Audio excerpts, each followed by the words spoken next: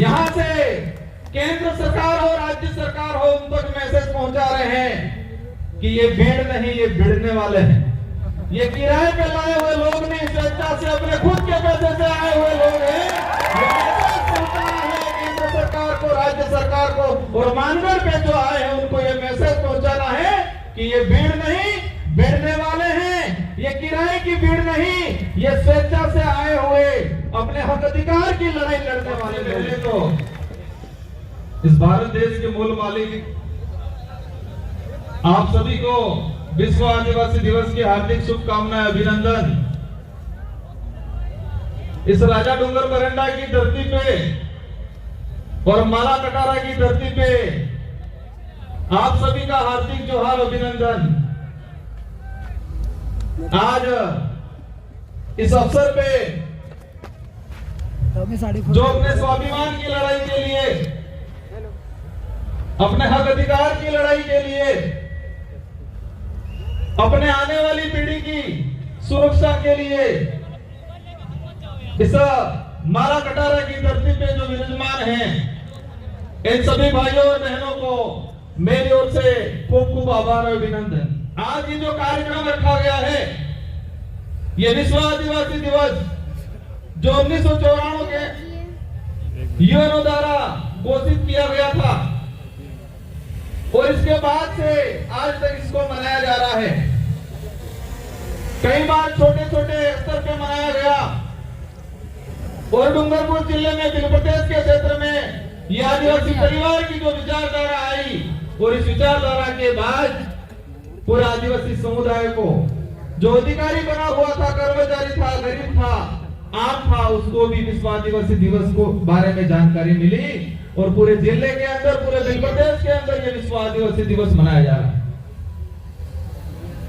आज का ये जो कार्यक्रम है, उस कार्यक्रम को देख के लगा है कि भारत देश का, पूरे देश का एक ऐतिहासिक कार्यक्रम डूंगरपुर जिले की धरती पे हो रहा है, ऐसा लग रहा है।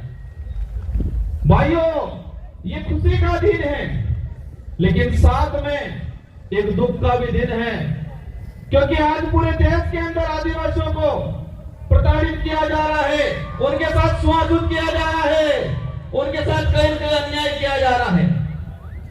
आप सभी को समझना पड़ेगा कि हम आज एकत्रित हो गए।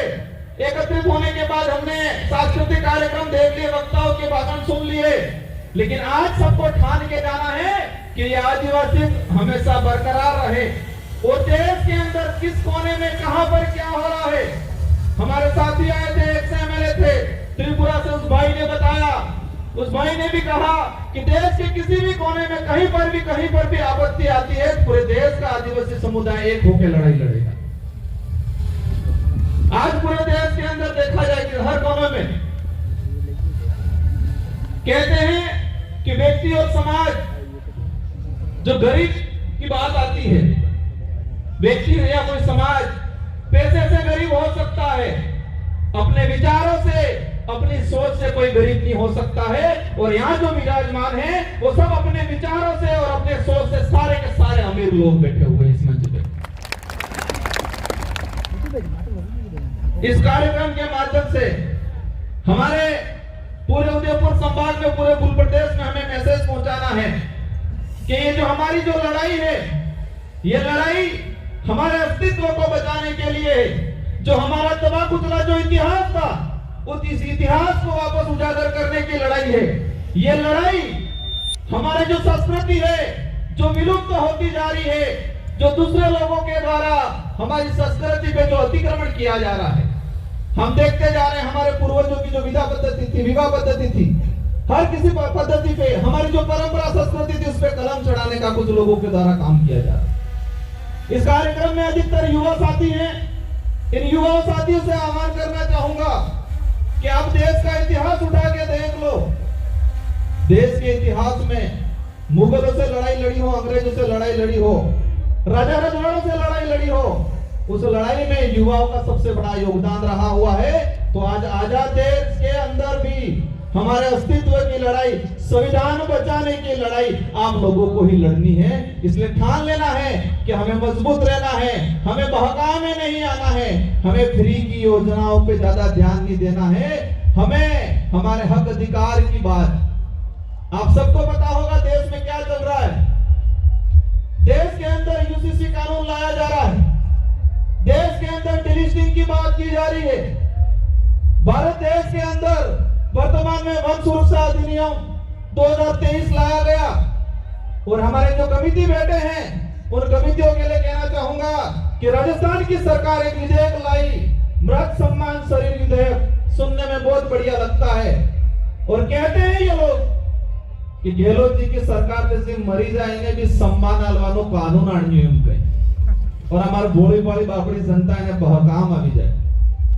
मृत सम्मान शरीर विधेयक, मैं उस सदन में उपस्थित था, हमने विरोध किया और उस विधेयक में ये है और इस विधेयक के कारण हमारे आदिवासी समाज की न्याय व्यवस्था खत्म करने का कानून लाया गया है। ये कमिटियों को समझने की जरूरत है और राजस्थान की सरकार ने हमारे आदिवासी समाज के अंदर जो पालवी कमेटी है उस पालवी व्यवस्था को, आदिवासी समाज की न्याय व्यवस्था को खत्म करने का काम किया है। आपके लिए चैलेंज का काम है, सरकार ने आपको चैलेंज किया है, हमको समझने की जरूरत है और सरकार को बताना है क्या कोई भी विधेयक आता है जनहित के लिए प्रचारित करना चाहिए, जनता से राय मांगनी चाहिए। आदिवासी समाज में ऐसे कई बड़े कांड होते हैं जहां एसपी और कलेक्टर की नहीं चलती, वह हमारे पालों के कमिटियों की चलती है, लेकिन इस सरकार ने कमजोर करने का काम। कहीं भी बहुत सारे हादसे हो जाते हैं और डूंगरपुर का पूरे इलाके का इतिहास निकाल के देख लो, किसी भी हादसे में जो पुलिस से नहीं सुलझता वो हमारे पालों की कमेटियों से, हमारे पालों के मुखियाओं से, हमारे आदिवासी समाज की न्याय व्यवस्था से वो कादिरा सुलझता है। लेकिन राजस्थान की गहलोत सरकार ने मृत सम्मान शरीर विधेयक पारित करके हमारी आदिवासी समाज की न्याय व्यवस्था को खत्म किया। आप जो सुन के जा रहे हो उस बात को अपने गांठ बांध के रख लेना है, दिलो दिमाग में बिठा के रख लेना है और समय आने पे एहसास कराना है कि आदिवासी समाज पे आप अन्याय करते जाओगे और चुनाव के वक्त आप हमको लॉलीपॉप दे दोगे और हम बिखरने वाले, हम उस लाभ लालच में आने वाले लोग नहीं हैं। ये गांठ बांध के ये गुस्सा बरकरार रखना है और ये गुस्सा, हमारा देश लोकतांत्रिक देश है। इस लोकतांत्रिक देश में जनता का राज हुआ करता है, लेकिन इस लोकतांत्रिक देश में, लोकतांत्रिक जो देश है उस देश में कुछ लोग राजा बनने की कोशिश कर रहे हैं। उनको एहसास कराना है कि लोकतंत्र की चाबी जनता के हाथ में है और समय आने पे उस चाबी को ऐसे लगाओ कि उनका ताला हमेशा के लिए जंग खा जाए और उनको पता चले कि नहीं ये राजतंत्र नहीं, ये लोकतंत्र है। ये एहसास कराने की जरूरत। भाइयों तथा बहनों, ये उनका वर्ड है, क्या है? भाइयों तथा बहनों, हमारे देश की जनता को के बेवकूफ बना दिया गया और टीवी पे गोदी मीडिया दिखा देती है कि सीमा हैदर वहां से आई, साथ में कितने बच्चे आए सबको पता है। सीमा हैदर पाकिस्तान से आई, साथ में 4 बच्चे लाई, लेकिन इस गोदी मीडिया ने यूसीसी जो बिल है उससे आदिवासी समाज पे क्या असर पड़ेगा, एट्रोसिटी एक्ट पे क्या असर पड़ेगा, हमारा जो जमीन का अधिकार है उस पे क्या असर पड़ेगा, इस गोदी मीडिया ने दिखाया। ये गोदी मीडिया ये दिखाती है कि किसी का कुत्ता बीमार हो गया, उस कुत्ते को ये डॉक्टर इलाज कर रहा है, ये दिखाती है गोदी मीडिया। सीमा हैदर आई, उसके साथ 4 बच्चे आए, किस बच्चे का क्या नाम है वो दिखाती है, लेकिन देश के अंदर जो काले कानून बन रहे हैं, इस देश को खत्म करने के कानून बन रहे हैं, उस कानूनों के बारे में नहीं बताती है। और इस कानूनों के बारे में ये जो विचारधारा के, आदिवासी समाज की विचारधारा के जो लोग हैं, इस देश के जो सोशल एक्टिविस्ट हैं, जो स्वतंत्र पत्रकार है, वही बताते हैं। हमको समझना है, जानना है और आने वाले समय में उनको एहसास कराना है कि ये लोकतंत्र है, राजतंत्र नहीं। अंत में एक बात और कहना चाहूंगा, समय हो गया है, संचालक महोदय का इशारा आ गया है।